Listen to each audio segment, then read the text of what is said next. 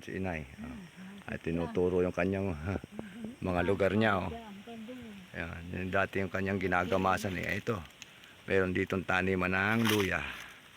Ayan. Mas napagod pa ako kaysa kay nanay. Oh.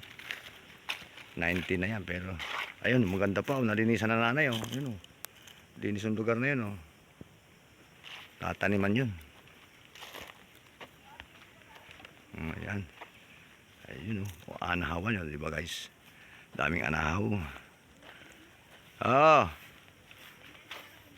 Oo, lahat ay pababa na yan, papunta na yan doon sa atin. Ayan oh.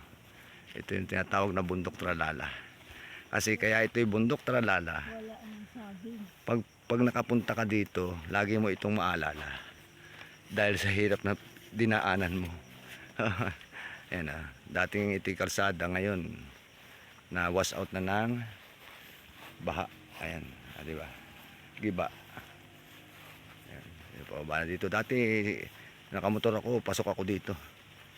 Ngayon hindi masyado na develop kasi nga konti yung population dito, at saka isa pa yung mga kalakal dito kukunti, nyug lang. Kaya hindi ganun ka-develop yung kalsada. Nanay, baka madulas ka dyan. Alayan kita.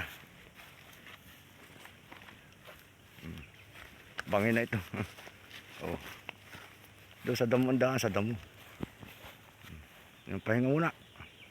Pagod ka na. Inom ka na ng tubig. Oh, turo mo na naman yung asyenda mo. Inom ka muna ng tubig, nanay. Tubig mo sa kamay mo. Para hindi ka matuyuan ng laway. Kung doon tayo, kung nagkaig yung daan sa kabila, di doon sa bahay ang baba natin. Ngayon yun, umikot tuloy tayo.